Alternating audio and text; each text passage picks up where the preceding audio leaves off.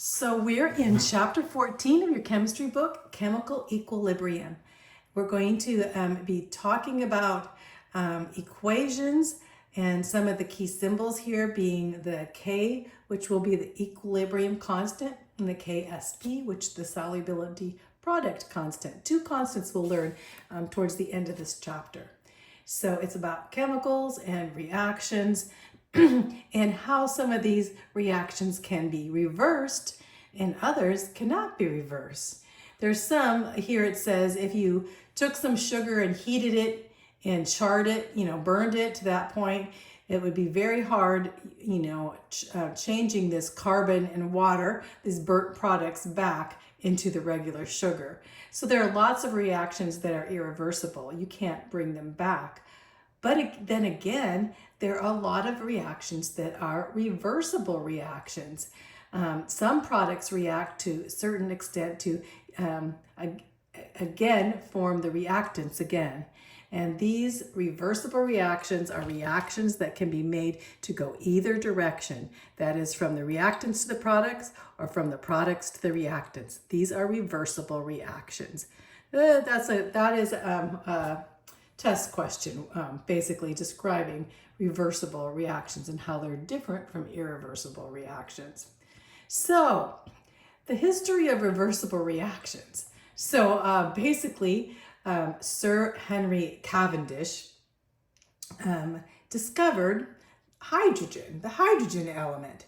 And in discovering this, because he just was passing steam through his gun barrel that was hot, and it basically produced a chemical reaction. This chemical reaction is written here with iron, Fe is iron, and water. As it under this temperature, it turned into ferrous oxide here and hydrogen, a different compound.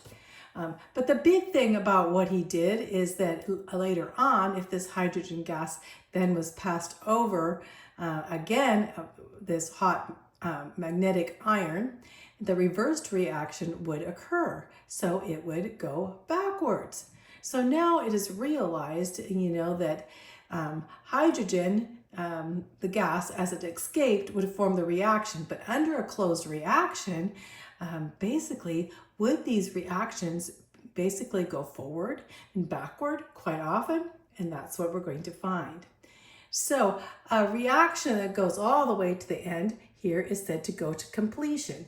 So a reaction to completion, and then the reaction possibly going back to the start again. So these are the reversible reactions that we're going to be talking about. So let's go on to the next page here. Here's some chemical diagrams that we're going to get into, especially the reaction rate versus the time, we're going to be talking the reverse reaction. Well, let's go back. Let's talk a little bit about chemical equilibrium, because this has to do with our reactions. So under a closed system, now we could put where gas cannot escape. Because if gas keeps escaping, basically then it keeps the chemical reaction will keep going to completion. It won't reverse.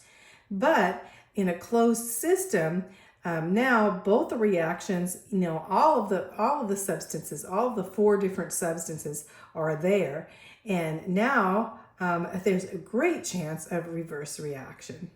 So diagram here, 14.2. This diagram, you can see it's initially at a high rate, comes from a high rate in the midst. The hydrogen is high, and then the hydrogen decreases, and you can see the reaction changing as the reverse reaction, coming. This is toward the reaction into equilibrium, and then this is the reverse reaction as it goes back to the place that it was before. So you can see that both of them in that picture.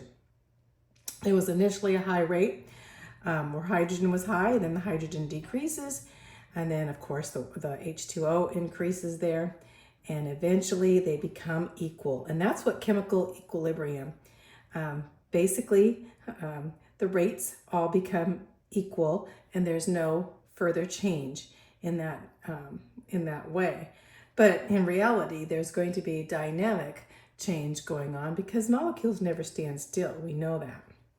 So, the rates here, if we have this, this equation here, see here, that we had before. Basically, if the reaction is to the right, it's going forward. If the reaction is to the left, that's reverse, it's going back.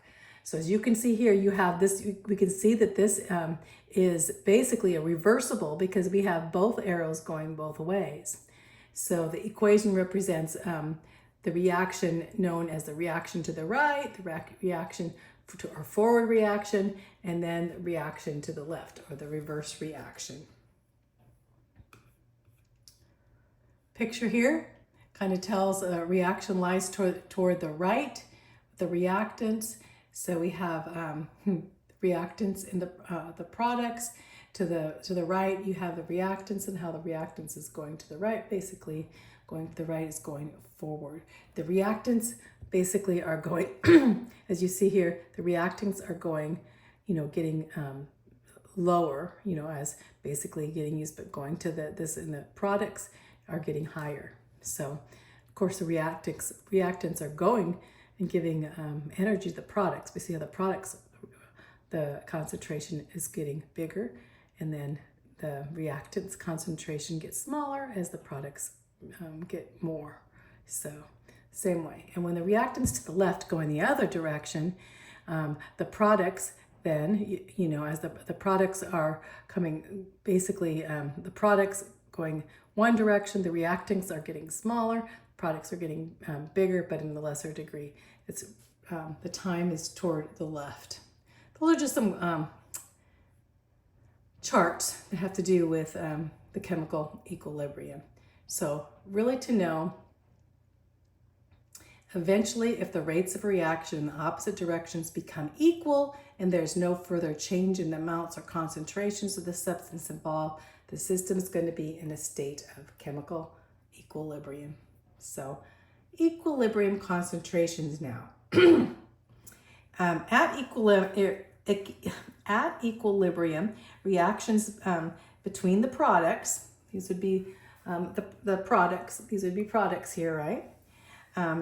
And between the reactants on this side. So always remember, reactants are what's reacting, and these are the products on this side. And they will not cease. They just oppose each other. There's always going to be a forward rate and a reverse rate, but this dynamic equilibrium is basically the forward and the reverse rate were continually occurring at the same rates, and so it will equal out. And but this reveals nothing about relative amounts of products.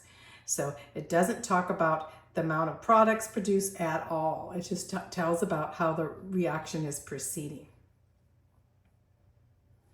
So in 14A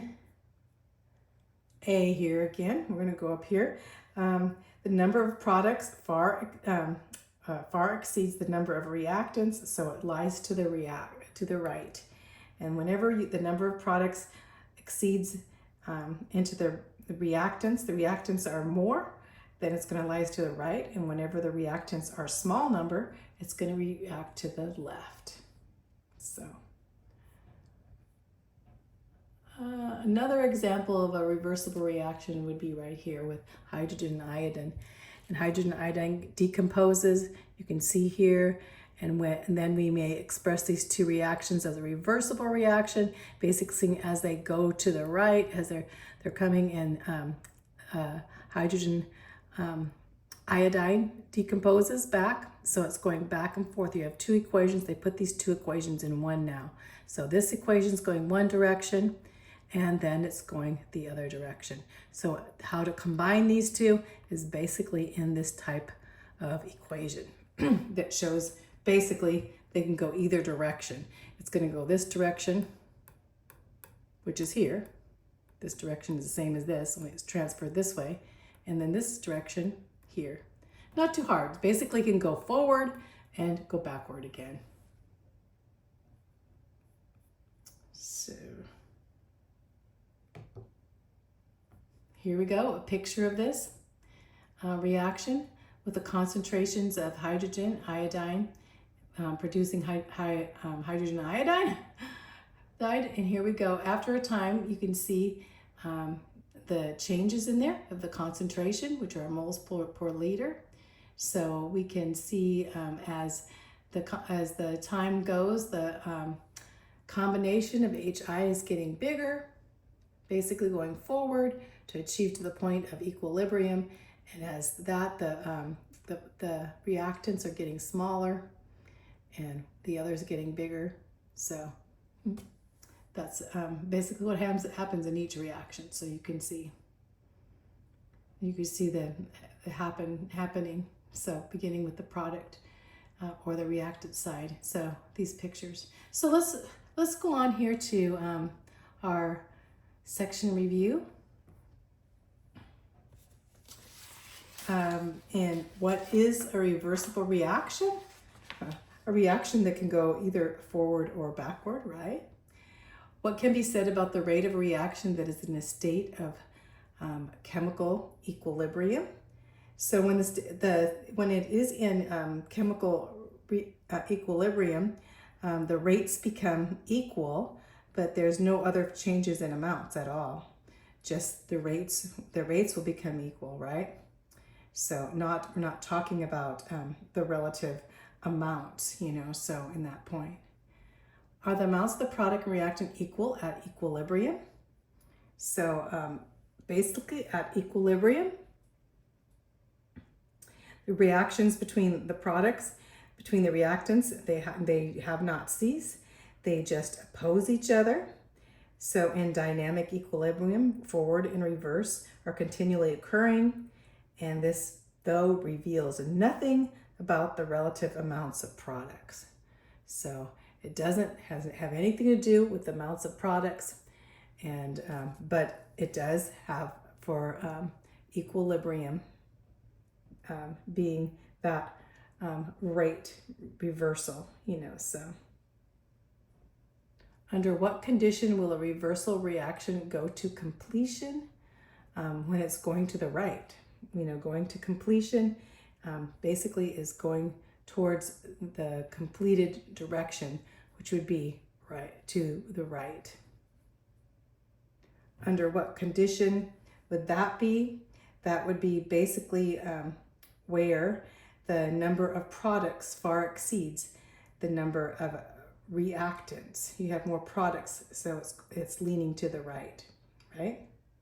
So, what term describes an equilibrium in which the forward and reverse reactions are constantly occurring? Dynamic equilibrium, constantly occurring.